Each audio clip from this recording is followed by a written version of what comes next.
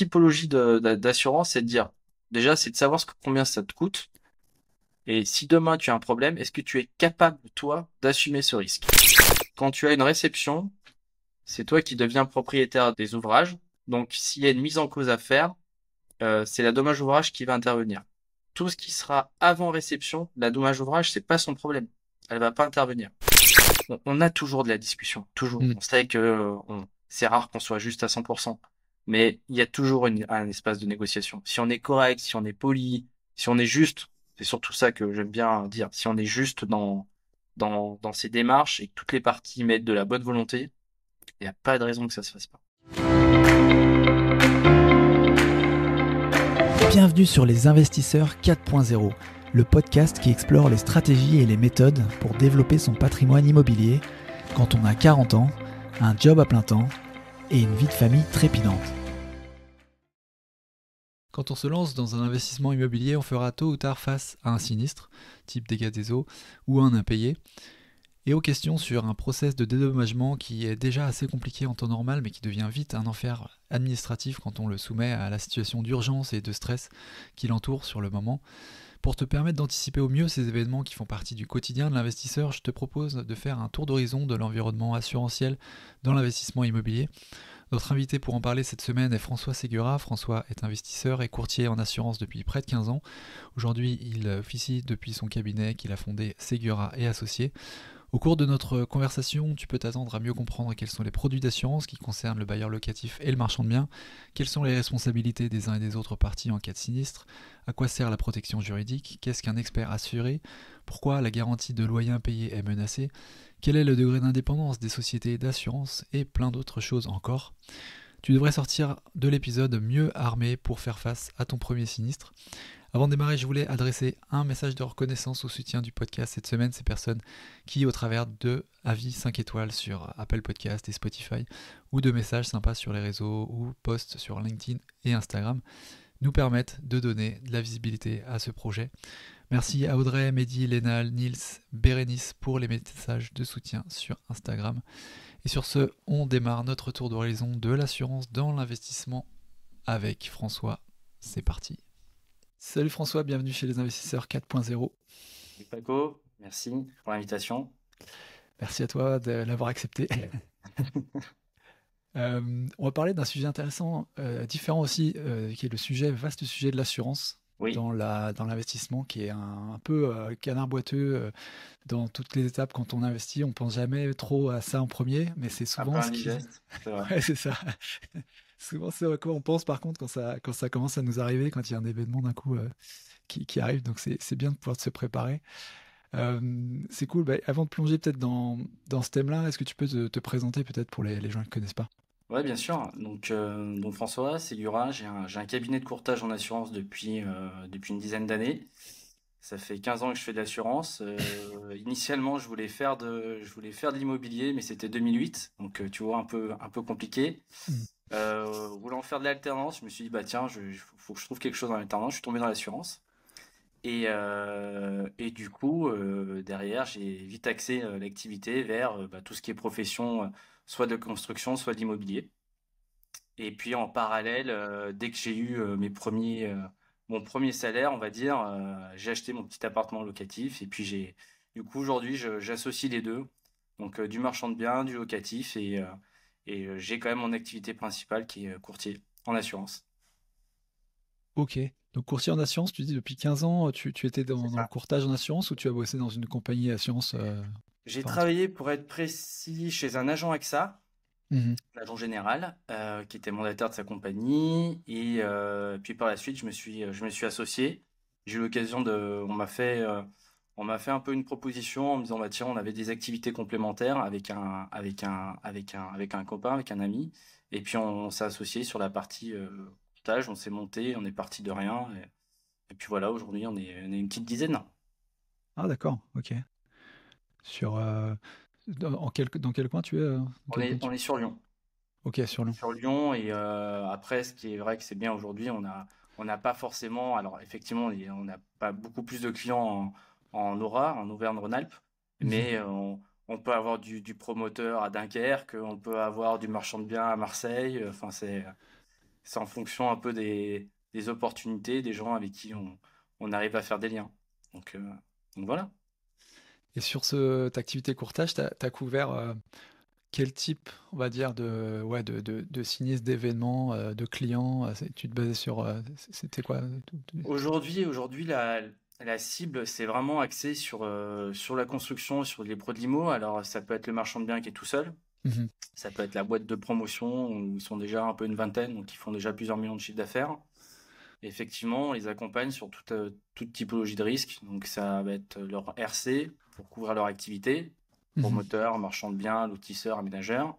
Ça peut être de l'architecte ou de l'artisan. Et puis après, on va couvrir leur propre investissement, via des acronymes DO, DRC, donc dommage ouvrage, tout risque chantier, PNO, donc propriétaire non occupant. Et, euh, et on fait ça maintenant aussi, on a la chance de travailler avec quelques foncières. Ok, donc depuis ces 15 années-là, d'activité, tu étais vraiment finalement dans tout ce qui est construction, immobilier, dans le même domaine, quoi. Alors c'est vrai que là maintenant ça fait 10 ans où c'est un peu plus simple parce que l'expérience, les relations font que ben, tu crois, tu augmentes. Mhm. Mais en réalité, moi, c'est vrai que j'ai de l'appétence dans la construction depuis tout petit. J'ai vécu seul avec une maman et dès qu'elle a eu un peu d'argent de côté, elle a acheté un appartement et puis j'ai fait des travaux avec elle et puis ça, elle m'a donné envie. Enfin, c'est plutôt sympa. Mhm. Et du coup, ben forcément, quand tu fais tout seul, t'apprends. Quand tu discutes avec les gens au fil de l'eau, euh, tu arrives plus facilement à dialoguer parce que tu parles le même langage. Un artisan, tu vas lui parler de suspente, de choses comme ça, et ben pour lui c'est clair. Enfin, Mhm. du coup, c'est vraiment au fil du temps et le fait de le faire moi-même qui ont fait qu'aujourd'hui, ben c'est plus simple de dialoguer avec des gens comme ça. Mhm. C'est l'expérience, en somme. Bon, c'est cool, on s'est un peu égaré du coup, mais c'était pour cerner un peu. Ouais. Ce qui m'intéressait de moi, parler avec toi, c'est vraiment prendre ta casquette d'expert en assurance Mhm, pour comprendre certaines petites choses justement et les petites frictions qu'il peut y avoir entre l'investisseur IMO et l'assurance au cours de mhm, son parcours. Peut-être que, est-ce qu'on pourrait dresser un panorama peut-être général des types de produits d'assurance auxquels l'investisseur peut avoir enfin, demander, faire appel, mhm, dans quelles circonstances, en partant peut-être de juste globalement l'investisseur IMO locatif, mhm. voire propriétaire, et après aller sur le plus spécifique avec le marchand. Pas de problème. Alors, on va faire un vernis sans rentrer dans le détail sans que ça soit justement indigeste.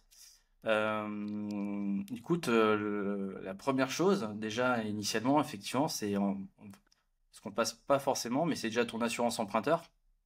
Mm. Alors effectivement, on a beaucoup de on-dit sur ce qu'on doit faire, comment ça se passe, etc. Beaucoup de pensent que c'est obligatoire et que la banque te refuse ton taux, ton prêt si tu ne souscris pas l'assurance emprunteur. Mais aujourd'hui, alors c'est peut-être maintenant connu des grands publics et certainement de tes auditeurs, tu peux changer très facilement d'assurance emprunteur Mm. avec certaines économies qui peuvent être assez substantielles à ce niveau-là. Et il faut pas hésiter à soit, si possible, dès le départ, dire à son banquier, non, non, mais moi, pour la partie assurantielle, je passe par soit un agent d'assurance, soit un courtier, et je passe en délégation. Mm. L'économie peut être très, très, très importante. Nous, on a encore des surprises. On arrive à avoir pas mal de sujets, voire même sur des prêts qui ont été souscrits il y a déjà quelques années où les gens pensent pas forcément à revoir cette partie-là et c'est pourtant une charge mensuelle. Mm. Et si on arrive à la descendre, tout en maintenant bien évidemment les garanties, mais bon, ça c'est assez encadré, on arrive à optimiser un petit peu son investissement. Qu'est-ce qui, selon toi, fait que justement il y a des différences de taux? Alors, en termes de garantie, il y a trois garanties dont on parle, un crédit logement, hypothèque, privilège de prêteur de deniers. C'est ça. La principale, enfin en gros, le crédit logement, comme c'est une garantie qui n'est pas sur le bien, elle est moins chère. Donc on peut se dire qu'il y a une baisse de prime là-dessus. Mais qu'est-ce qui, pour toi, à part bah déjà, est-ce que on peut avoir ces trois types de garanties? Comment, laquelle est peut-être la plus avantageuse et comment on peut baisser le prix par rapport à ça? Alors moi, c'est plutôt axé sur assurance emprunteur. Typiquement, si tu as un décès, une invalidité, une incapacité, Hmm. c'est une assurance que ta banque t'oblige à souscrire. Si demain tu as un décès, par exemple, ou une invalidité, il faut bien que quelqu'un paye les indemnités dues. Donc là, effectivement, sur de l'investissement locatif, certaines prennent uniquement du décès, certains à 50% parce que ils font ça entre guillemets à deux. Moi, j'ai envie de dire, juste déjà mon analyse sur ce type d'assurance emprunteur. Moi, je préfère toujours me couvrir à 100%. C'est des économies de bout de chandelle de faire du 50%, par exemple, Hmm. tu vois. L'écart de prix entre, par exemple, une banque ou une compagnie d'assurance s'explique parce qu'ils sont pas sur la même méthodologie de calcul. Une banque va voir ça plus sur une globalité qu'elle va lisser, alors qu'une compagnie d'assurance va regarder son risque à un instant T en fonction de l'âge du capitaine, des échéances restantes et du coût du prêt. Donc aujourd'hui, il y a tellement une guéguerre entre les banques et l'assurance que bon, ça tend un peu à se niveler, mais Hmm. il reste encore quelques surprises, belles surprises. Ok, donc c'est ouais, c'est juste les considérations commerciales, le fait que le banquier, il a un produit d'assurance dans un dans un cocktail de produits autres avec ce client. Il regarde son produit brut, hein, son PNB par rapport à ce client, et C'est ça. il a juste en fonction de ça, alors que l'assureur lui regarde juste la prime et le risque. Exactement. Exactement. Ok. Et crédit logement d'ailleurs, c'est pas accessible à tous, hein, je crois. Justement, ce qui est un petit peu moins cher en garantie, c'est pas accessible pour tout le monde, je crois. Alors ça, c'est moins un produit assurantiel que je maîtrise, mais Mm. effectivement, ça n'est pas accessible à tous. Pour revenir un petit peu sur l'assurance emprunteur, c'est quand même Mhm. quelque chose, je pense qu'il faut regarder vraiment directement. Les gens qui vont être là pour vérifier leur investissement et leurs coûts, euh, c'est tout de suite une ligne où tu peux gagner 10 euros, 20 euros, 50 euros. Donc voilà, Ouais. Sur les autres types d'assurance basiques, il y a, je crois, la PNO aussi, c'est ça. qu'est-ce qu'elle couvre, qui doit la souscrire, comment ça fonctionne? Propriétaire non occupant, c'est tu achètes un bien, tu te couvres en tant que propriétaire, que le logement soit vacant ou non. On va couvrir les dommages type incendie, dégâts des eaux, etc. Alors après, il existe des règles intercompagnies qui sont cette fois-ci vraiment indigestes, donc je vais pas rentrer dans le détail, en fonction de la typologie du sinistre, du montant du sinistre, etc. Néanmoins, le propriétaire non occupant, garantie primordiale à avoir quand on va directement chez le notaire. Moi, j'ai encore des clients qui me disent, ils m'appellent, François, je suis chez le notaire, est-ce que tu peux me couvrir cet immeuble? Un peu, on a des accès compagnie, des accords, on peut aller très vite. Néanmoins, c'est pas si simple que ça. Et si demain il y a un sinistre qui peut se passer, et ce qui nous arrive, hein, des moments entre la vente et l'achat, certains ne pensent pas forcément à prendre tout de suite l'assurance. Alors, beaucoup me disent, ouais, mais c'est bon, le notaire le demande. Le notaire n'a pas forcément cette obligation-là, il faut le savoir. Hmm. Il demande, mais c'est pas son métier principal. Voilà. Donc la P&O effectivement te couvre en cas de principalement l'idée c'est l'incendie, dégâts des eaux, catastrophes naturelles, événements climatiques, tous ces types de garanties qui viendraient à t'arriver. Aujourd'hui quand même il y a une nouvelle législation intercompagnie qui dit que quand tu as un sinistre par exemple dégâts des eaux, de prime abord quand même c'est au locataire de faire sa déclaration auprès de son assurance. Avant, ça se passait pas comme ça. Donc ça aussi, il y a des choses à faire rentrer au fil de l'eau petit à petit. Hmm. Mais, euh, mais voilà. C'est d'ailleurs, enfin, c'est un truc peut-être on pourra en voir peut-être tout à l'heure un peu plus sur justement tout ce qui est démarche et comment ça se passe réellement sur le terrain, parce que c'est vrai que il y a plusieurs types d'assurance Mhm. en fonction des intermédiaires Oui, et qui couvrent parfois, on peut imaginer, le même risque. Donc oui, c'est ça qui est compliqué et confus à ouais, compliqué à comprendre en fait. c'est ça. Les compagnies entre elles ont voulu avoir un certain une certaine harmonisation, un certain cadre, et d'autres ne voulaient pas rentrer dans le cadre, donc elles ne respectent pas ces règles intercompagnies. Donc effectivement, elles sont pas chères. C'est pas cher, vraiment pas cher. Mais si demain tu as un sinistre, cette compagnie-là va te dire, je veux un courrier de l'assureur immeuble qui dit qu'il ne prend pas en compte, je veux un courrier de l'assureur du locataire qui, comme quoi, ne prend pas en compte ce sinistre-là, et tu perds 3 mois, 3, 4 mois, t'as rien vu, et c'est hyper compliqué. Je pense qu'il faut rester sur des compagnies généralistes, et au-delà de tout ça, ces compagnies généralistes aussi, pour même certaines, vont pouvoir t'indemniser sur les loyers non encaissés. Je te donne un exemple.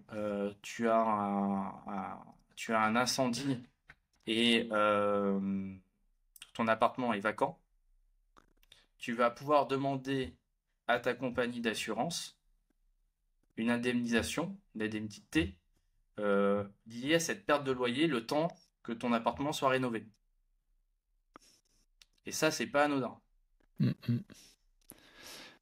Ouais, ça fait partie de la prestation de certaines compagnies d'assurance et pas d'autres, quoi. C'est Certaines ça. produits d'assurance et pas d'autres. On va pas citer de nom, je vais encore avoir des copains, mais généralement, ceux qui sont les compagnies généralistes du marché, il y a pas de problème. Ouais, et d'un généraliste, il y a, évidemment, Général. bon, on l'a Alors, bien vu. les grands connus du public Ouais. sont très très bien. Faut se méfier du pas cher. Généralement, quand on a un copain, un oncle, une grand-mère, une belle tante qui nous dit ouais ouais mais moi c'est moins cher, c'est super bien, il n'y a pas eu de sinistre. C'est effectivement ça se passe bien, mais plus tard ça reste compliqué. Faut vraiment aller chez des spécialistes, vraiment vraiment. Alors, l'assurance multirisque habitation classique, quand on habite dans un lieu, c'est pas forcément commun, enfin propre aux investisseurs, on va dire, sauf si dans le lieu où ils habitent, mais c'est quand même important, notamment, et d'ailleurs, je voudrais bien avoir ton avis là-dessus, quand tu as des colocations, tu sais, ou all inclusive, où tu en fait couvres toi la responsabilité de la, enfin, tu couvres ouais, les risques de tes locataires à leur place. C'est ça. Est-ce que, du coup, est-ce que tu vois ça? Est-ce que tu penses que c'est bien ou c'est bancal un peu juridiquement? Ou que tu le vois souvent, Non, ce genre de choses? non, juridiquement, pour moi, c'est pas bancal, c'est très bien. Après, c'est là où le courtier ou l'agent a un vrai métier, et il faut vraiment qu'il pose les bonnes questions à son assuré. C'est que, effectivement, d'une compagnie à une autre, enfin, il faut vraiment closer comme il faut. C'est-à-dire que là, ce n'est pas un contrat PNO, ni CNO. C'est pas du propriétaire non occupant, ni du copropriétaire non occupant. Là, tu as du meublé à mettre. Et dans ce cas-là, c'est pas la même chose. Euh, Au-delà de tout ça, je pense qu'il est quand même bien de demander, même quand tu as de la colocation, euh, faut quand même demander. Alors, déjà, ça se close. C'est-à-dire qu'aujourd'hui, toutes les compagnies peuvent avoir dans leur clause en disant appartement donné en colocation, etc. C'est pas un problème. En revanche, il faut quand même assez être vigilant sur les assurances des locataires. Moi, j'ai certains clients où je les ai un peu refroidis en leur donnant quelques exemples. Ils disaient non, non, mais moi, je ne la demande pas à mon locataire. Ok. Moi, je déconseille fortement. Alors, ils font ça pour effectivement en disant c'est un attrait commercial, mais qui n'est pas en l'occurrence. En disant mais la problématique, c'est que tu ne maîtrises pas ce qu'a ton locataire en termes de biens. Tu peux avoir un locataire qui a des objets lambda, un autre qui peut avoir une paire de ski, un vélo qui coûte un part d'argent, etc. Et si tu ne le laisses pas maîtriser son risque, tu peux te torter à des conflits assez importants. Et puis au-delà de tout ça, Comment ça, des conflits, excuse-moi, ben, entre les... si typiquement tu écris que ton appartement, dans ton assurance d'appartement, tu prévois de garantir pour pour tes colocataires leurs biens mobiliers, si ton contrat est plafonné à 5 000 euros, que tu as 5 colocataires, 5 000 euros, tu dépasses le plafond hyper rapidement. Ça va très très vite. Et dans ce cas-là, tes locataires te disent, c'est très bien, mais vous m'avez écrit noir sur blanc que vous preniez en charge l'assurance. Alors d'une, c'est faux parce que tu vas pas pouvoir tout couvrir. Et eux, il faut bien qu'ils s'assurent, même pour eux, en termes de responsabilité civile. Mhm. Alors, responsabilité civile, juste une petite aparté, c'est les dommages causés à autrui. C'est jamais pour ses propres dommages. On a souvent le cas, je m'écarte un peu, mais des téléphones où on nous dit c'est bon, j'ai tombé mon téléphone, j'ai ma responsabilité civile. Non, là, c'est un peu un abus de langage, c'est vraiment les dommages causés autrui. Donc, pour revenir sur le sujet, faut que ces locataires, enfin, ses propres locataires aient une assurance. Ça, c'est quelque chose qui peut pas être délégué. Là, tu parles de quelque chose de différent de la multirisque habitation. Le fait que il faut que eux-mêmes ils aient souscrit une responsabilité civile, quoi. Ben, en fait, dans ton contrat multirisque habitation, de facto, tu as ta responsabilité civile. Ah, ok, ça marche. Donc c'est inclus dedans, d'accord. C'est inclus dedans, tu n'as rien à faire. Ok, donc tu tendrais quand même à plutôt privilégier le fait que les locataires eux-mêmes individuellement s'assurent plutôt que le bailleur le fasse. Les deux doivent le faire, quoi qu'il en soit. Ouais, mais un PNO et l'autre risque Exactement. habitation. Exactement. D'accord, mais pas les deux. Enfin, que le bailleur ne prenne pas les deux, quoi. Sinon, c'est un Non, peu. surtout Ouais. pas. Surtout pas. Surtout pas parce que tu maîtrises. Enfin, le locataire ne maîtrise pas son risque et en plus, au-delà de tout ça, les règles maintenant intercompagnies disent que c'est au locataire d'initier la demande. Donc si le locataire est pas assuré, c'est compliqué. Ouais. Et alors, puisqu'on en est justement à ce cas-là, qui est à mon avis assez fréquent pour quand tu fais du locatif en tout cas, Mhm. il se passe un dommage, tu vois, un sinistre dégâts des eaux dans un appartement. Euh, Quelle est l'étendue, on va dire, de la PNO et l'étendue du multirisque habitation en fait? Tu vois? Euh, alors en plus, dans ce cas-là, en fait, tu as même trois assurances Hmm. parce que tu as le locataire, le copropriétaire, mais tu as aussi la multirisque immeuble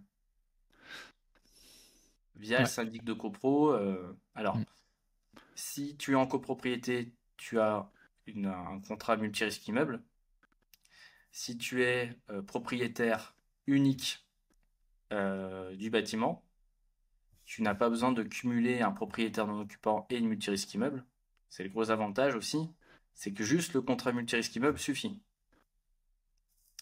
Donc, sans rentrer dans le détail, ce qui va faire la différence, c'est en fonction de l'étendue des dommages et de la nature des dommages, c'est telle ou telle partie qui va intervenir. Mais ce qu'il faut retenir dans un premier temps, c'est que ton locataire d'initier la demande auprès de son assureur. C'est lui qui démarre tout la boule de neige Ouais, du dossier, quoi. les Hmm. dégâts des eaux, c'est tellement compliqué, c'est tellement une usine à gaz pour savoir si ça vient de chez toi, de chez le voisin, de la colonne montante, descendante, infi- Ce qu'il faut commencer, sauf si on sait tout de suite d'où ça vient, c'est le locataire qui initie la demande. Ok. Sachant que l'idée globale en fait sur ces trois contrats-là, par exemple, et sur ce sinistre-là, c'est que si c'est un dégât des eaux qui n'affecte rien d'autre que ton appart, ça serait entre ta PNO et ta multirisque habitation du locataire. Mhm. Si c'est un peu ça touche à la structure de l'immeuble, là c'est celle de l'immeuble qui prend en charge. Euh, et ouais, Pas forcément si tu veux, parce que si tu as un dégât des eaux assez important, tu auras forcément des dommages immobiliers et l'immeuble pourra en prendre une partie, une grande partie même. C'est pour ça que même certains, à des moments, tu as des réunions de copro, c'est un peu folklore, où les gens ne comprennent pas que les contrats immeubles prennent des augmentations assez importantes, mais en fait, pour faire simple, dès qu'on dépasse une certaine somme, entre 1000 et 2000 euros, c'est basculé automatiquement vers l'immeuble.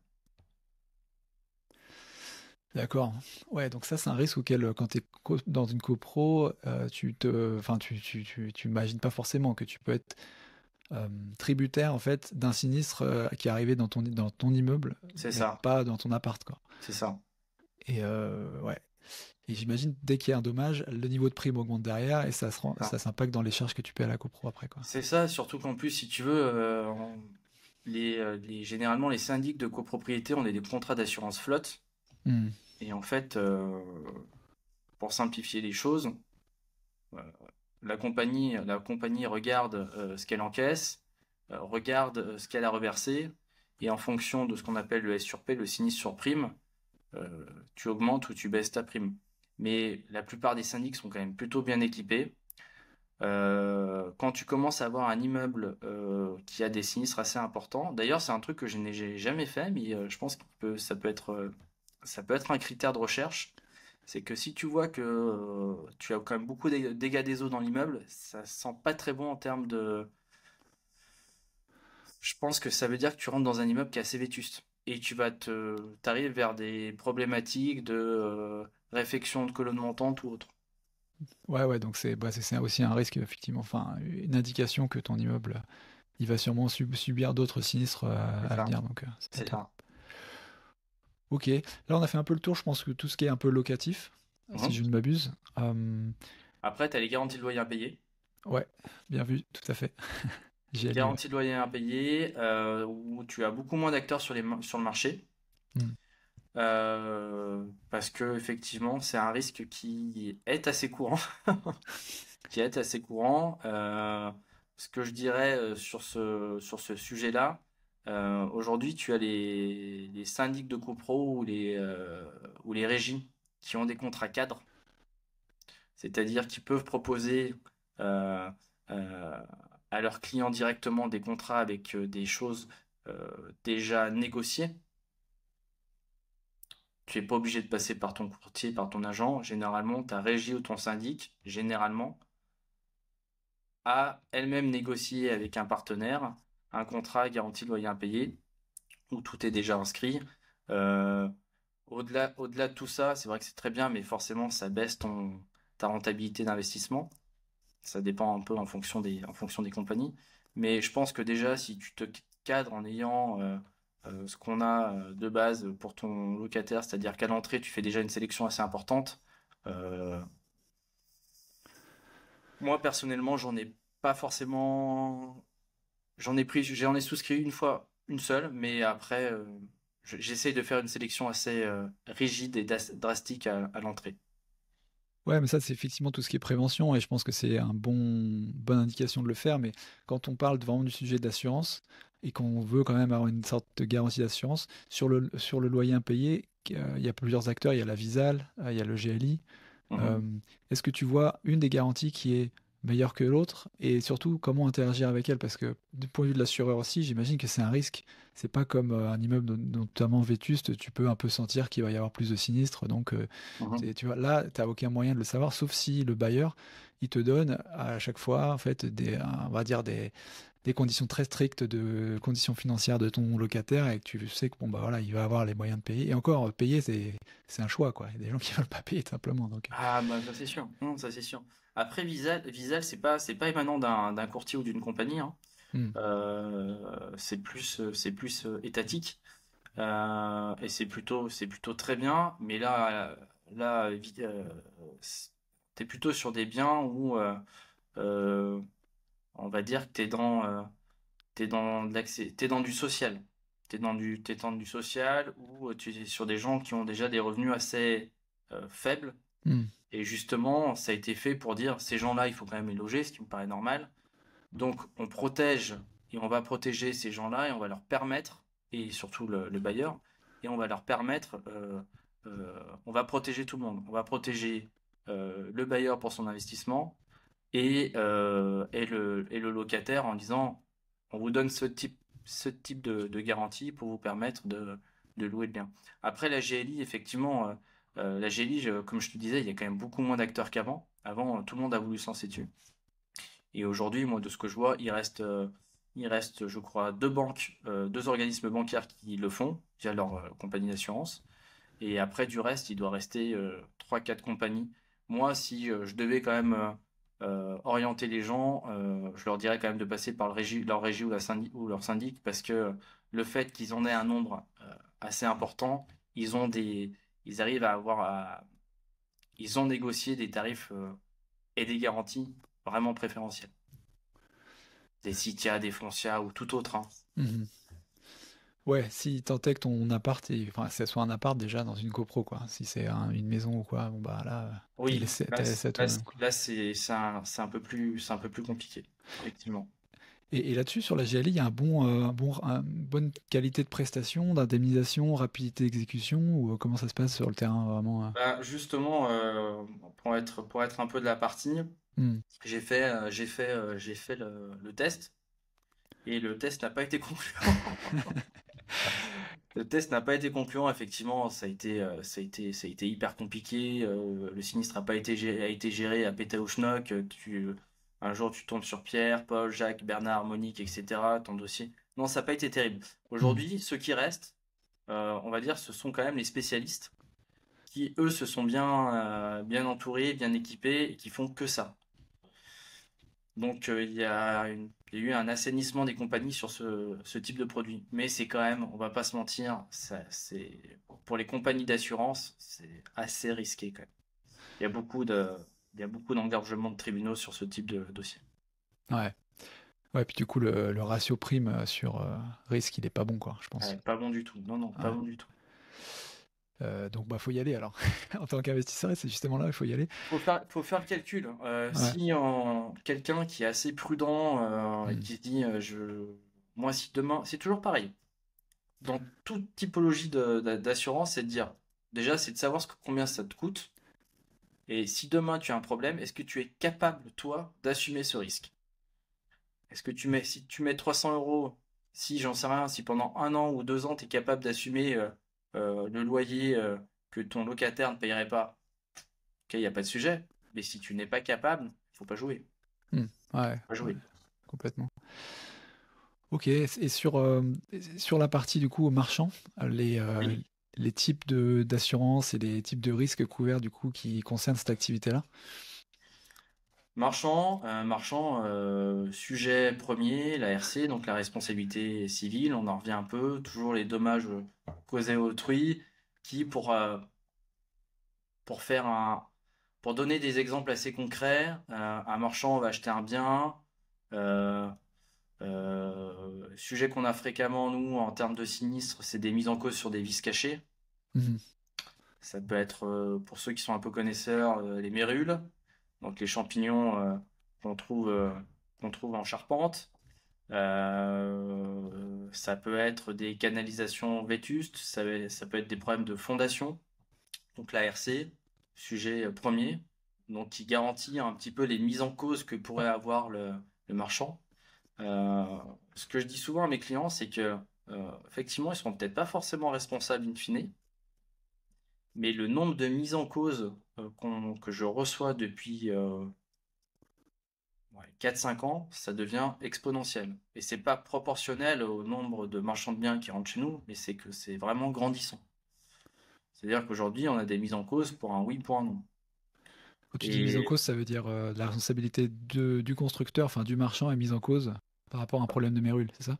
mérule ou acquéreur, d'un sens général. Hmm. C'est-à-dire que mon marchand de biens a dit que il allait mettre une peinture beige dans les communs et puis elle est pas beige, elle est un peu jaune. On a ce type de mise en cause. D'accord. Donc c'est vraiment tout type de mise en cause. Et si le marchand de biens est pas équipé, il n'a pas une protection juridique ou etc., des moments tu peux tomber sur des honoraires d'avocats qui sont assez conséquents. Au-delà de payer le sinistre, je parle même pas de ça, c'est vraiment les mises en cause qui sont importantes. Le non-respect du marché signé. Ouais, les fenêtres qui sont pas du bon coloris ou qui ferment mal. Le marchand de biens qui avait prévu de mettre un interphone à gauche, il est à droite. On a des trucs assez sympas. Après, on a des vrais sinistres importants. On a des planchers qui peuvent descendre. C'est divers et varié, mais premier sujet, c'est la responsabilité civile. Toujours pareil. Là, il y a moins d'une dizaine d'acteurs en termes de compagnie. Euh, il y en a certains qui sont pas chers aussi, c'est pareil. Mhm. Euh, mais ce qu'il faut regarder, c'est vraiment les conditions générales ou demander des explications. Je sais que c'est chiant et c'est indigeste, mais moi j'invite quand même les gens à relire ce qu'ils payent. Parce que des moments, on paye des choses et il faut un petit peu creuser le sujet. Ouais, mais c'est vrai que comme tu dis, c'est aussi indigeste dans le sens où c'est rédigé avec un langage juridique qui est très compliqué à comprendre.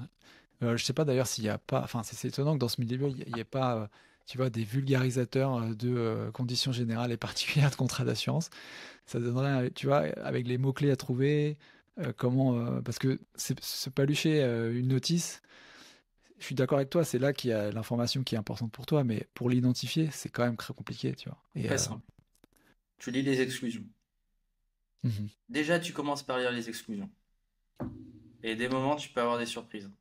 Moi, typiquement, il n'y a pas très longtemps, on a fait un benchmark sur les assureurs marchands de biens, les aménageurs lotisseurs et promoteurs.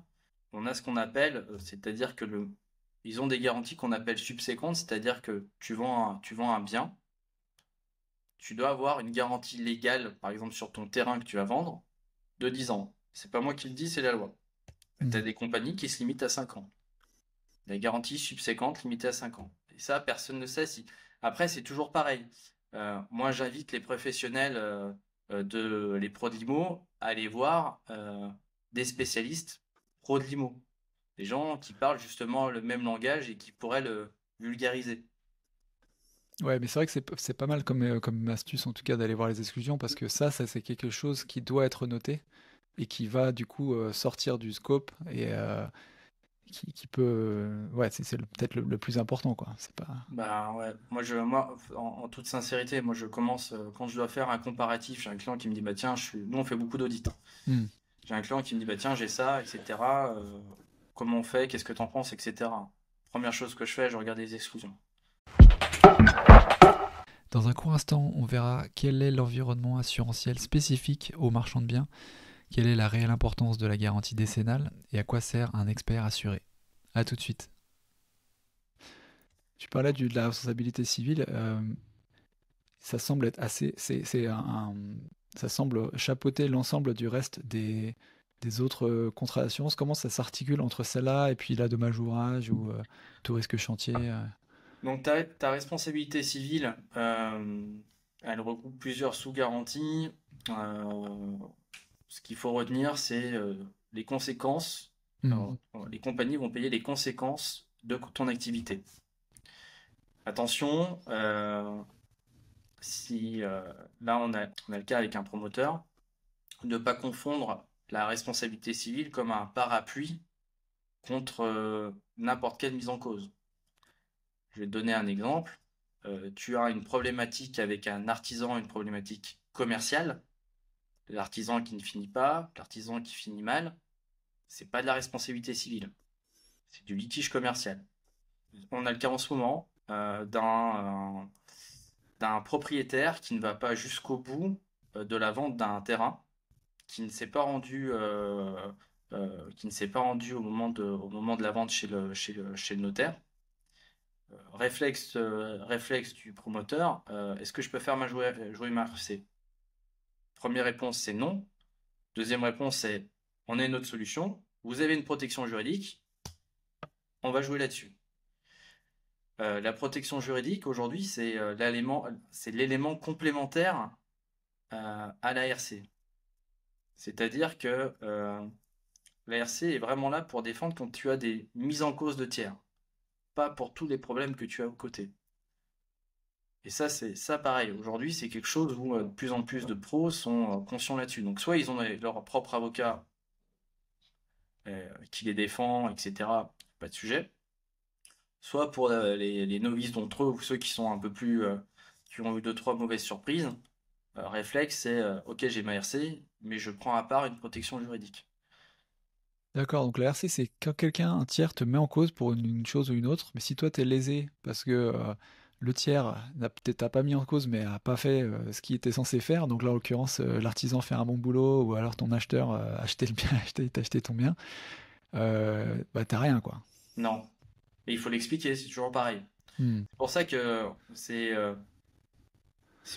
les pros, les intermédiaires, mes confrères, mes consoeurs, on a une énorme vocation d'apprentissage de manière simple à tous ces pros. C'est-à-dire expliquer en disant, voilà, aujourd'hui, votre schéma, il est comme ça.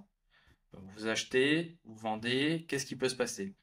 Si vous avez tel type de sinistre, c'est le RC, tel type de sinistre, c'est de la PJ. Il n'y a pas 25 000 assurances hein, sur du marchand ou sur du marchand, aménageur, lotisseur, promoteur. Tu as la RC, on vient d'en parler.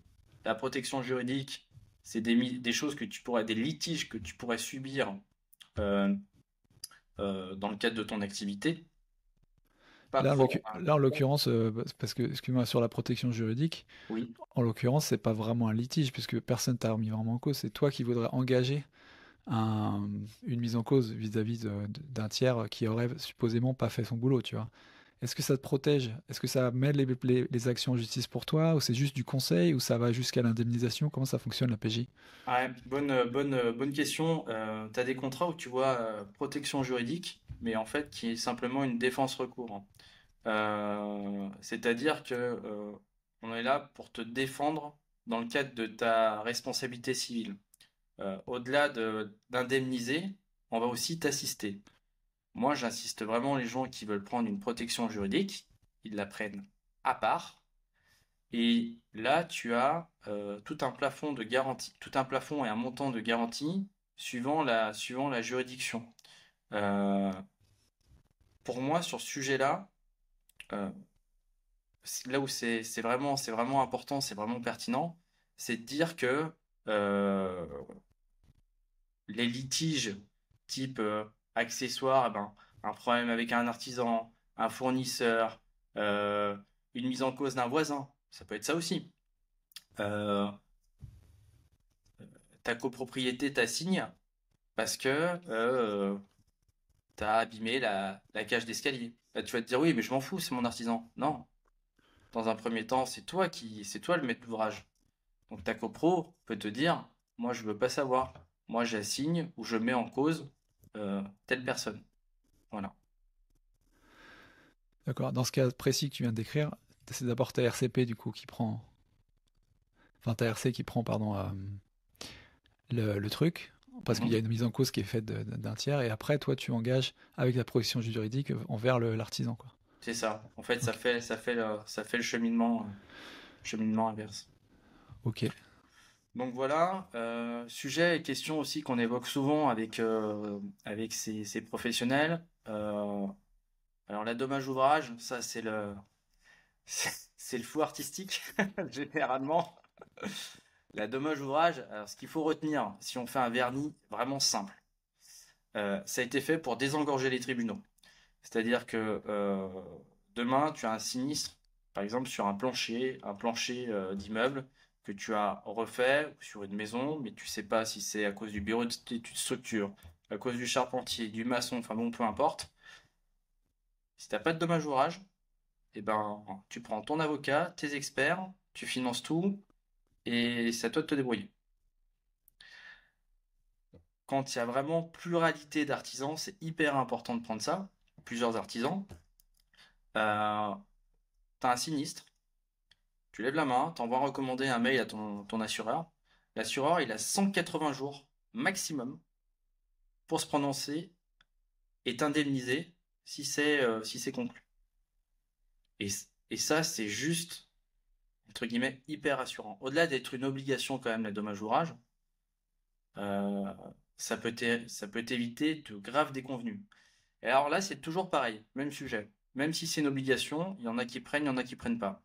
Avant tout, moi j'invite quand même tous les pros à dire, je fais un devis, je prends pas, mais j'assume mon risque. Parce que des moments, les coûts sont pas forcément élevés. Et si tu ne prends pas de dommages ouvrage, tu vends un bien, que derrière tu as une mise en cause, tu peux payer sur tes propres deniers. Et surtout, le juge peut vraiment te taper sur les doigts si tu n'en as pas pris, sachant que c'est une obligation légale. Tu as une RC protection juridique.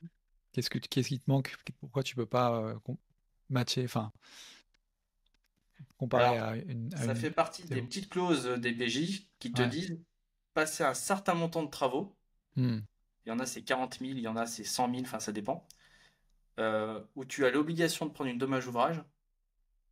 Si tu n'as pas souscrit, ta PJ ne te suit pas. Ok. Ah, donc là, c'est noir ou blanc, quoi. Ok. C'est cloisonné. Hmm.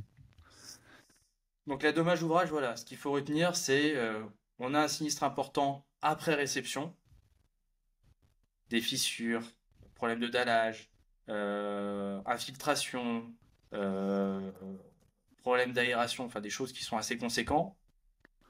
Euh, on actionne l'assureur à 180 jours pour se prononcer et voire indemniser. On a le parallèle avant, où là, justement, à mon grand étonnement, on a de plus en plus de personnes qui en souscrivent, c'est la tout risque chantier. C'est la même chose, avant réception. Exemple simple, on est à 2-3 mois de la réception, euh, on a un carreleur qui jette son mégot de cigarette dans un sac de ciment, ou dans ce sac de ciment, on a du bois, du papier, un peu importe quoi. On a un sinistre incendie, qui paye. Carreleur, il va pas dire c'est moi qui ai laissé mon mégot, je suis parti il y a 1 heure. Personne va dire que c'est lui. Généralement, dans ce cas-là, si tu n'as pas de tout risque chantier, les ouvrages faits par les artisans n'étant pas réceptionnés, c'est leur propre assureur qui devra intervenir, pour dire, ben, mon plâtrier, il en était là, je vais payer ça. Mon carreleur, il en était là. C'est une usine à gaz et ça dure très longtemps. Alors, les gens me disent, ouais, mais le P&O. Ah ouais, mais le P&O, ça couvre ton ouvrage à toi. C'est-à-dire, si tu es dans un appartement, ça payera les murs, etc. Il n'y a pas de souci. Mais si tu as cloisonné, si tu as fait des travaux par des artisans, si ça n'est pas réceptionné, ça sera à l'assureur de tes artisans. Mais c'est pareil, ça peut durer 1 an, 2 ans. Tu as des compagnies qui peuvent dire non, non, mais moi je paye pas, c'est pas moi. Hmm. Donc, pour, euh, pour supprimer tout ça, pour garantir ton investissement et surtout gagner du temps, tu as la tout risque chantier, qui est largement moins onéreuse qu'une dommage ouvrage. Largement, largement moins onéreuse. Donc toi, tu l'appellerais la phase intermédiaire entre la responsabilité civile, pression juridique et la dommage ouvrage, quoi.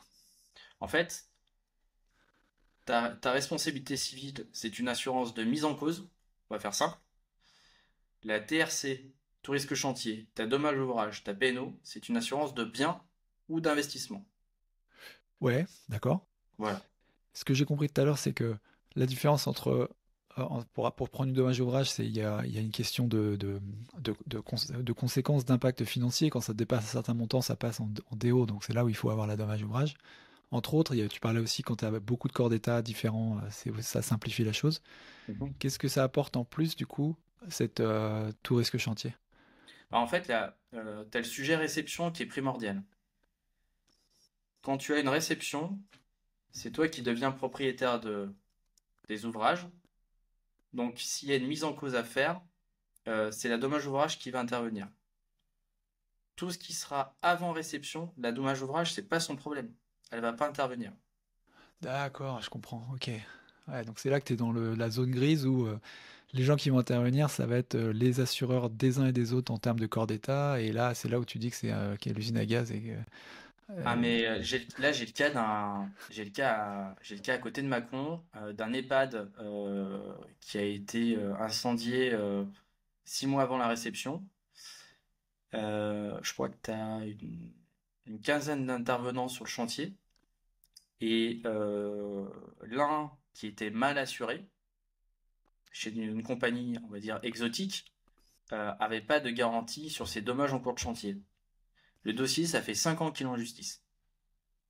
hmm, Le maître d'ouvrage qui a demandé moi je veux un EHPAD et qui a fait l'économie d'une touriste chantier, lui il a versé des arts. En plus, bah, il a quand même son financement qui continue, mais ça fait 5 ans qu'il est en justice. Alors que t'arrêtes à tout risque chantier, alors c'était fini. ouais, C'était fini.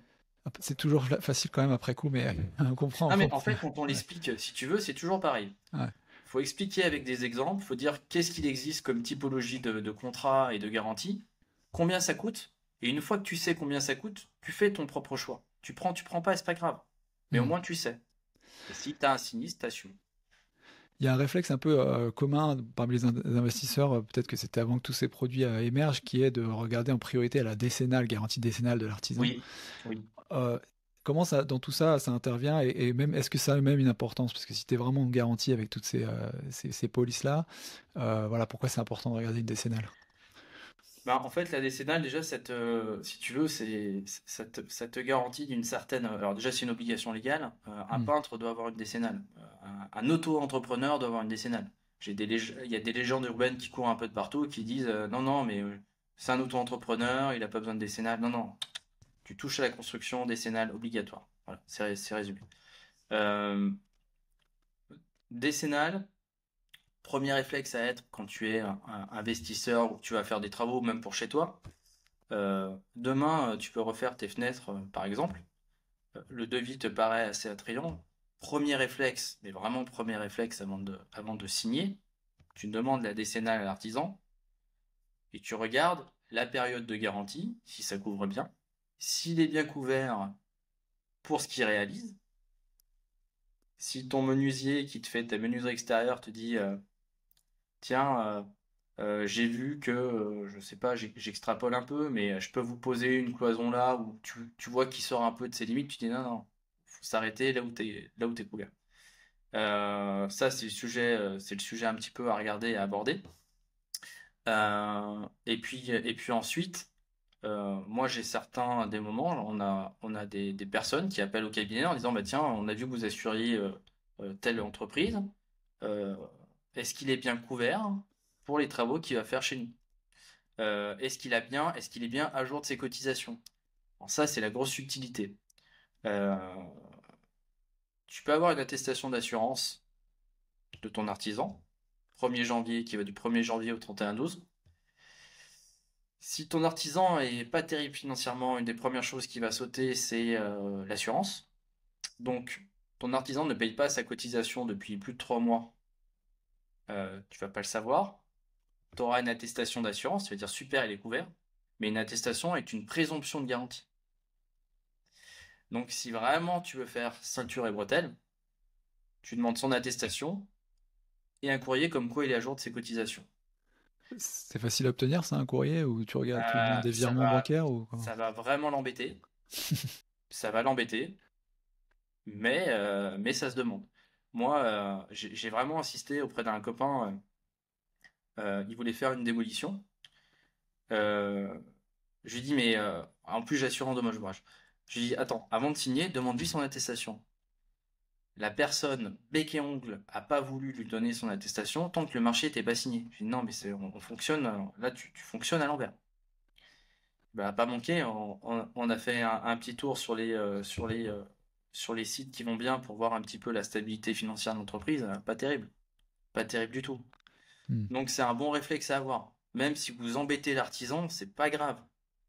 C'est vous qui payez quand même. Et l'artisan, il y a un paquet d'artisans que je connais qui sont fiers de montrer leur attestation. Dire, oui, regardez, tenez, il n'y a pas de souci. On est des bons soldats. Ouais. Oui, oui, non, bah, ils ont compris que c'était le truc qui était demandé, et voilà, ils affichent le truc. Je comprends, hein, enfin, je comprends même si c'est condamnable quand même. Si jamais tu n'as pas ces attestations-là, mais que tu as tous les autres polices d'assurance qui vont bien, est-ce que tu es relativement à l'abri quand même, tu vois?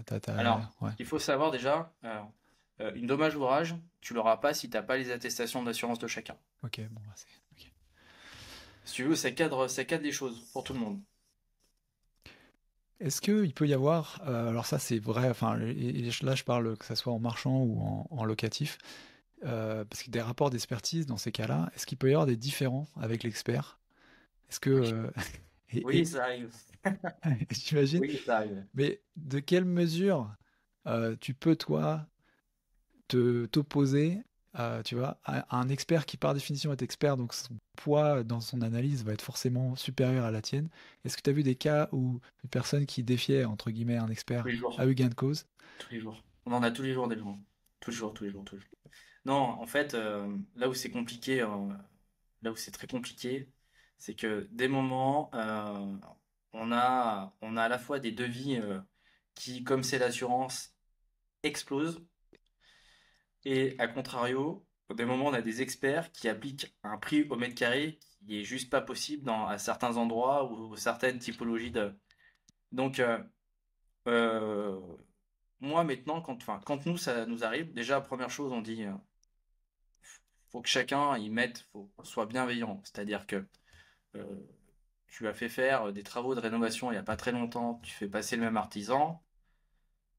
Si ton devis d'artisan suite à ton sinistre est 20-30% supérieur à il y a 6 mois, bon, il n'y aura pas que le prix des matériaux qui vont expliquer ça. Donc là, l'expert, il va pas aimer. Je pense qu'il faut être juste et il faut être droit. Si l'expert, généralement les experts, enfin, ça reste quand même des bons soldats. Ils font ça tous les jours. Bon, c'est rare qu'on ait de. En fait, il faut discuter avec les gens. Là, excuse-moi, sur l'exemple, j'ai juste pour être sûr que j'avais bien compris. Ouais.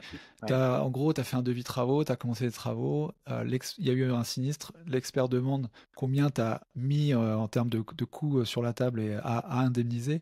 Et c'est là Oui, que tu peux être tenté de gonfler un peu le devis par rapport à ce que tu as toi payé pour avoir plus c'est ça. d'indemnisation, c'est ça? Ok. C'est ça. Il y en a qui vont se dire, bon, après, c'est malheureusement un réflexe pas terrible, mais c'est un réflexe que Hmm. certains ont. Mais bon, l'expert est pas dupe, il va vérifier. Et après, il y a plein de gens de bonne volonté. Et généralement, moi, les experts, ça reste des passionnés de la construction du métier. En fait, il faut déjà ce que moi j'incite à faire, c'est que quand il y a une expertise, que tout le monde soit là. C'est-à-dire que si Hmm. possible, ton artisan, alors je sais qu'il a peut-être pas forcément que ça à faire, mais ton artisan qui a fait ton devis, si toi tu peux être là, lui aussi, et pas être dans l'affrontement, mais dans une relation assez saine, il n'y a pas de raison, il n'y a pas de sujet que ça se passe mal. Si ça se passe mal, faut dire à l'expert, ok, pour vous, c'est pas à ce prix-là, bah, vous avez tout un tas de réseaux ou de gens qui peuvent être mandatés par la compagnie, par ma compagnie. Envoyez-les, il n'y a pas de problème. Est-ce que c'est facile est-ce qu'il y a un espace de négociation, réellement de discussion? Oui, toujours. On reste. Moi, c'est ce que je trouve encore appréciable, c'est que rester ferme, pour moi, ça n'existe pas. Franchement, on a toujours de la discussion, toujours. Hmm. On sait que c'est rare qu'on soit juste à 100%, mais il y a toujours un espace de négociation. Si on est correct, si on est poli, si on est juste, c'est surtout ça que j'aime bien dire. Si on est juste dans ces démarches et que toutes les parties mettent de la bonne volonté, il n'y a pas de raison que ça se fasse pas. Donc, pas considérer un rapport d'expert comme le truc ferme et définitif, mais plus un démarrage d'une discussion, quoi, finalement. Bah, normalement, alors, s'il rend son rapport, c'est que c'est quand même mal engagé. En fait, tu es censé signer un rapport. Ce rapport, tu l'acceptes pas, ou enfin moi, etc. Mais vaut mieux arriver en ayant préparé son dossier. Il y a des gens qui me disent quand est-ce que vous faites passer l'expert, combien il me donne? Attention, ça marche pas comme ça.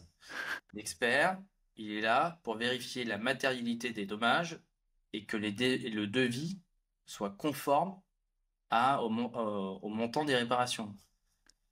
Typiquement, t'as une fuite à droite et puis tu te rends compte qu'il y a beaucoup plus de surface. L'expert, il est là pour vérifier que tout soit correct et tout soit cohérent.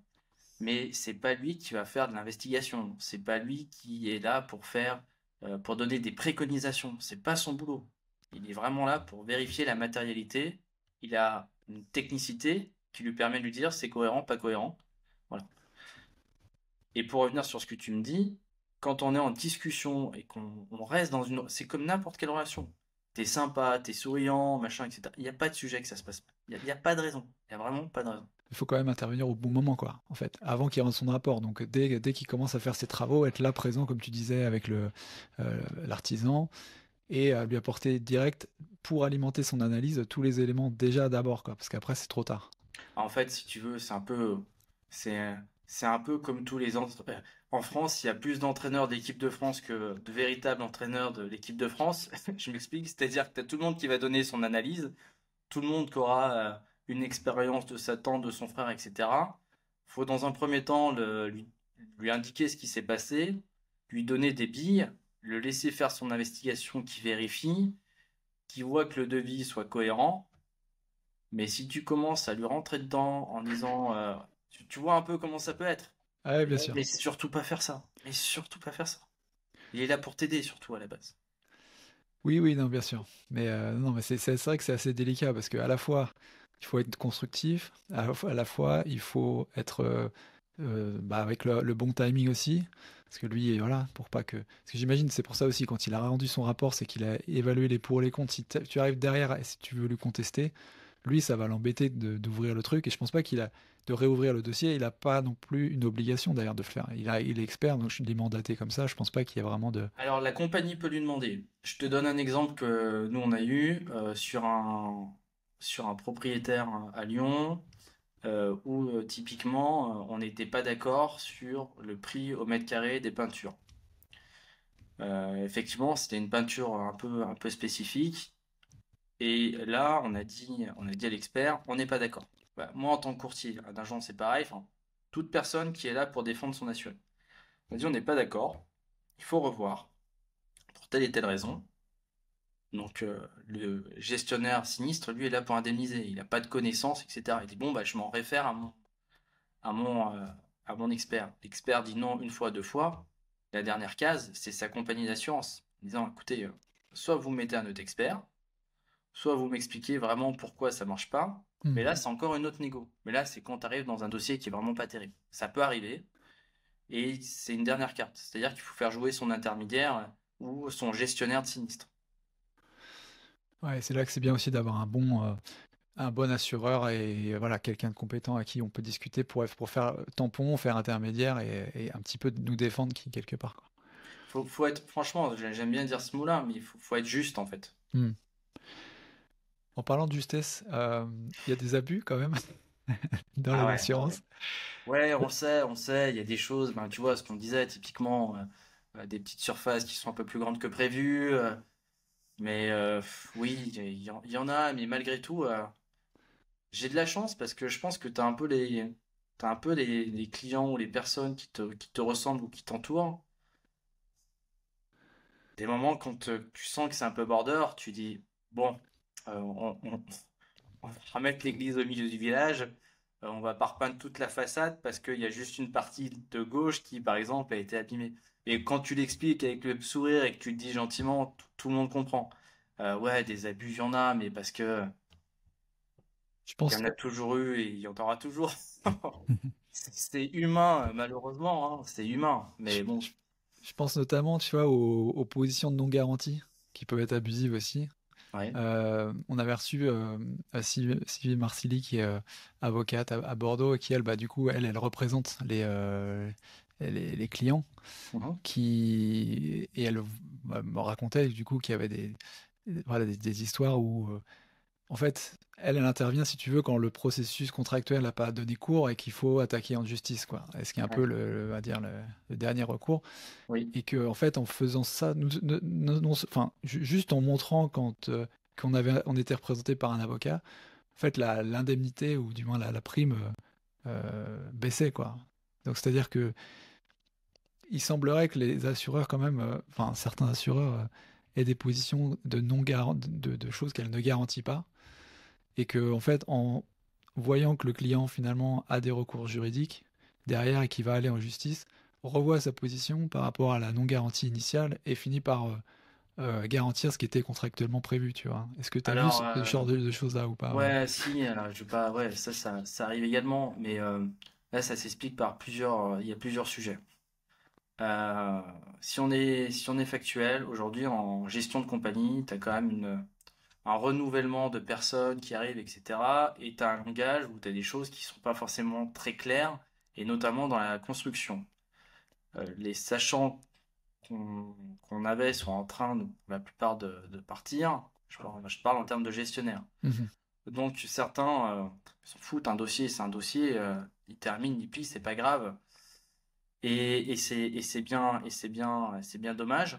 Donc ça, c'est un premier sujet où effectivement, eh ben, tu as des choses où tu es obligé de forcer et d'envoyer par lettre recommandée par avocat. Et effectivement, ça calme. Ça calme parce que vaut mieux, comme dit l'adage, un mauvais arrangement qu'un bon procès. Parce que un procès, ça coûte. Ça Mhm. coûte très cher. Ça coûte très cher et surtout aujourd'hui, je pense que les compagnies aujourd'hui où tout le monde est noté, tout le monde, la peur des réseaux sociaux, etc. Ça fait pas envie. Et effectivement, après, t'as certaines compagnies qui mettent des clauses qu'on appelle abusives, qui vont au-delà de leurs droits. Il y en a quand même, on va pas se mentir, il y en a quand même moins en moins. C'est plus effectivement sur la position de non garantie où des moments, ben, on est quand même sur du français où tu joues sur les mots. Donc une déclaration faite à une virgule, un mot près, ça passe ou ça passe pas. Et heureusement qu'il y a certains avocats qui défendent ça aussi, parce que c'est pas simple. Franchement, Normalement, ta première barrière, c'est ton agent, ton courtier qui est là pour bien t'orienter. Ensuite, tu as ton expert. Si vraiment ça va pas, on n'en a pas parlé, mais tu as l'expert d'assuré. Je sais pas si tu as une Qui notion est là-dessus. ça? Qui est? Ouais. Moi, tu as un sinistre assez important, un incendie ou quoi que ce soit. La compagnie prévoit dans son contrat un montant pour ce qu'on appelle un expert d'assuré. C'est pas l'expert de la compagnie, c'est un expert indépendant que tu vas prendre, que tu vas choisir et qui est là pour discuter avec l'autre expert qui défend la compagnie. Lui, c'est simple, il connaît le contrat, il sait comment ça marche, il est là pour que tu sois indemnisé le mieux possible. Là, c'est la phase à mon tribunal quand même. Et lui, on peut le mandater n'importe quand, n'importe comment, Faut que comme on le ça trouve. soit, faut que ça soit un sinistre d'une importance certaine. C'est-à-dire que Hmm. moi, je commence à orienter mes clients dans déjà quand c'est un incendie. Quand c'est un incendie, je le fais. Alors sur du particulier, on va dire au-delà de, c'est perso, hein. J'ai des confrères qui feront peut-être pas ça, mais c'est mon analyse. Au-delà de 100 000 euros, je demande à un expert d'assuré d'intervenir parce que on va être sur du chi. Et puis il est là pour conseiller tout le monde. Il est là pour faire gagner du temps aussi. Mhm. Et généralement, je dis bien généralement et en partie, il est payé, malgré tout, ce qui peut paraître assez drôle, mais ou curieux, il est payé par ta compagnie. Voilà. Généralement, si ton plafond est assez suffisant. Nous, on a eu le cas d'un sinistre assez important sur un industriel. On est sur un sinistre à 7 chiffres. Euh, on a deux experts d'assurés qui sont là pour défendre, pour vérifier, etc. C'est des gens qui ont le même langage que les experts en face. Et ça permet d'avoir des relations assez saines et stables. Et effectivement, quand rien ne va et que personne, enfin, que tout le monde campe sur ses positions, ben oui, là, c'est du judiciaire. Hmm. Il est payé, cet expert de l'assuré, il est payé par l'assuré alors? Par par la compagnie, en fait, c'est des barèmes en fonction du montant des sinistres. Et c'est quelque chose à regarder. Quand on est là, si tu veux, première chose à voir avec ton expert d'assuré, il y en a tout un tas hein, de nationaux, locaux qui sont bien connus et qui sont très bien. Euh, ils sont payés normalement en partie par par la compagnie. Je dis en partie parce que tu as certains contrats qui limitent justement ce montant de garantie. Donc c'est des choses à discuter en amont avec lui en disant avant de signer, est-ce qu'on est bien, est-ce qu'on est dans les clous, etc. Hmm. Ouais, parce que quand tu dis indépendant, il est quand même payé par la compagnie. Bon, Oui, plus le il est sinistre est relativement important, indépendant, quoi. plus le sinistre est important, mieux il est payé. Ouais. Euh, il a pas, tu vois, il n'aura pas Oui, mais tendance à aller dans le sens de c'est toi qui l'expert de choisis, base. hein. Ah, c'est toi qui le choisis, d'accord, ok. C'est toi qui le choisis. Ok, donc tu peux imaginer un pool assez large qui permet de quand même de garantir une certaine. Ok. Mais bon, c'est pareil, c'est des choses qu'il faut connaître, qu'il faut savoir et que Hmm. t'apprends pas comme ça en allant faire juste un devis chez un agent, un courtier ou une compagnie. Ouais, c'est pareil en fait, de manière plus générale sur l'indépendance des agents et des assureurs. Comment est-ce que tu peux aussi t'assurer une certaine indépendance, tu vois, par exemple, vis-à-vis d'un réseau, tu vois, un réseau de courtage, un courtier, il a plusieurs sociétés d'assurance qui choisit en fonction de l'intérêt du client, forcément, mais est-ce qu'il y a des flux financiers entre les parties et qui pourraient être de nature, tu vois, un petit peu biaiser le Si choix les des. flux financiers, oui, toujours. Ouais. T'as un flux financier, il n'y a y a pas de secret de polichinelle. Un agent ou un courtier est, quoi qu'il en soit, payé par la compagnie. Mais euh,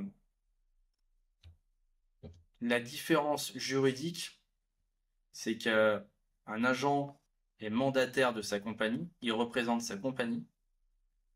Un courtier est mandataire de son client, il représente son client. La notion, c'est quand même pas la même. Malgré tout, moi j'ai travaillé chez un agent.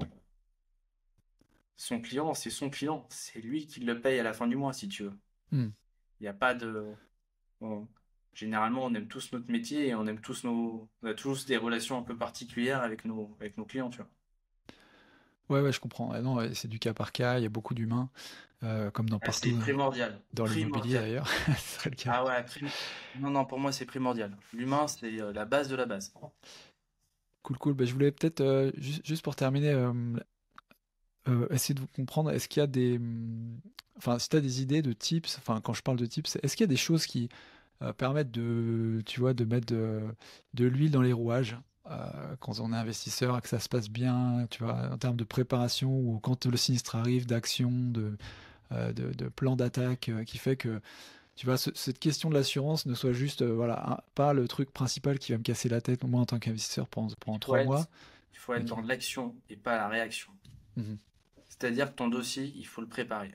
Faut pas te dire, j'ai un expert, j'ai... Non, non, il faut que tu mettes le nez dedans. Parce que si tu mets pas le nez dedans, effectivement, tu seras le premier à dire, ah non, mais ça s'est pas passé comme je voulais. Non, faut comprendre, faut se mettre dedans. Effectivement, il y a des gens qui sont là pour accompagner, pour entourer, mais c'est pas une full délégation. Euh, il faut bien comprendre. Et toujours, c'est pareil. Moi, j'insiste vraiment sur l'humain et sur le dialogue. Il faut savoir discuter et il faut dire les choses telles qu'elles sont. Euh, ton dossier, tu as un sinistre dégâts des eaux. Il faut anticiper les choses. Tu vas appeler un plombier, tu vas appeler ton artisan, tu vas lui dire, tu me fais un devis juste. Est-ce que tu as la possibilité par hasard de venir ou pas? C'est pas toujours le cas, mais c'est encore mieux. Mhm. Quand c'est un peu compliqué, un peu touchy, même des moments, les experts aiment bien. Il faut, pour moi, c'est vraiment, il faut être dans l'anticipation des choses, il faut pas se laisser guider. Il faut dire tout de suite, ok, j'ai un sinistre, vous avez besoin de quoi, il vous faut quoi, à quel moment. Ouais. Il faut faire un rétro-planning, un rétro-pédalage en disant, tiens, comment ça va se passer, à quel moment, vous avez besoin de quoi, enfin, faut être moteur. Est-ce qu'il y a des ressources importantes qui sont intéressantes dans ce domaine-là, de l'assurance, des choses, des ouvrages, tu vois? Ouvrage, alors malheureusement, ce qu'on disait en amont, en début de discussion, c'est que c'est vrai que c'est un peu un geste. Après, t'as des choses qui sont très bien sur les réseaux, t'as des gens qui expliquent les choses assez simplement. Euh, et je trouve ça pas mal. Justement, on parlait d'avocats, t'as des avocats qui te disent un petit peu comment faire les choses à appréhender, etc. Euh, ouvrage, T'as euh, des comptes LinkedIn à nous filer, des gens à suivre, ou Twitter? euh, en termes d'avocats, en termes de cabinet d'expertise, oui. Euh, j'en ai que je pourrais te communiquer après. Ouais, Il n'y a pas de souci. c'est ça dont tu parlais, les gens à suivre qui font des publications. C'est surtout Ouais. sur ces réseaux-là, en fait, sur les réseaux LinkedIn, Twitter. LinkedIn, t'as même, tu vas sur YouTube, t'as des avocats spécialisés construction qui t'expliquent, qui Ok. essayent de t'expliquer simplement qu'est-ce qu'une dommage ouvrage, qu'est-ce qui peut t'arriver. Moi, je, moi, je suis pour un peu, ou même, j'incite vraiment les gens à aller voir leur courtier, agent, compagnie, en disant, écoutez, voilà, moi j'ai tel projet, Mhm. je veux tout comprendre, expliquez-moi. Je veux savoir si j'ai ça, si j'ai ça. Il faut pas hésiter. Mhm. Faut. Je pense que moi, ce que j'aime bien, plus tu vas donner du savoir à tes clients, plus tu vas les pousser entre guillemets à maturité et derrière ils vont comprendre. Ils vont. Je trouve que c'est hyper important. Vraiment hyper important. Mais surtout de bien s'entourer. Vraiment, vraiment, c'est la base de la base. Ok, top. Ok. Où est-ce que les gens peuvent te retrouver s'ils veulent poursuivre la conversation? Écoute, principalement sur LinkedIn. Mhm. Mon cabinet, c'est Segura et Associés. On est assez, on a du monde, hein. On est un peu moins ce que je disais. On est à peu près une dizaine au cabinet, bien acteurs sur les réseaux. On échange aussi par mail. On a un site sur lequel on échange, qui est seguraassociés.com, sur lequel on échange aussi régulièrement. Voilà, moi ce que j'aime bien et je suis content parce qu'on est quand même de plus en plus dans la profession à faire ça, c'est prendre le temps de discuter avec le client, lui poser toutes les questions, anticiper les problématiques qu'il pourrait avoir, lui expliquer, lui dire ce que ça coûte, et derrière, il prend son risque ou il le prend pas, mais au moins on a fait le boulot, on a fait notre boulot. Et généralement, il n'y a pas de souci. Quand tu dis tôt, il n'y a pas de souci. Ah, tu vas finir par nous rendre optimistes sur Ah, il l'agilité. faut, il faut. Ça marche. Bon, merci beaucoup François pour ta Merci à toi. participation. C'était cool d'être passé. Ouais, Puis à très bientôt sur un dossier sûrement ou deux. à bientôt. Salut, salut. Ciao. Salut. Voilà, c'est tout pour aujourd'hui. J'espère que cet épisode t'a plu. Faites-toi un investisseur un peu mieux informé. Si c'est le cas, n'hésite pas à partager ce podcast avec ton entourage et à lui mettre une évaluation 5 étoiles sur Apple Podcasts ou Podchaser. Ça permet de le faire monter dans les classements et de me donner la motivation pour t'offrir toujours le meilleur contenu. Voilà, merci beaucoup encore pour ton soutien et une très bonne fin de semaine à toi. Ciao!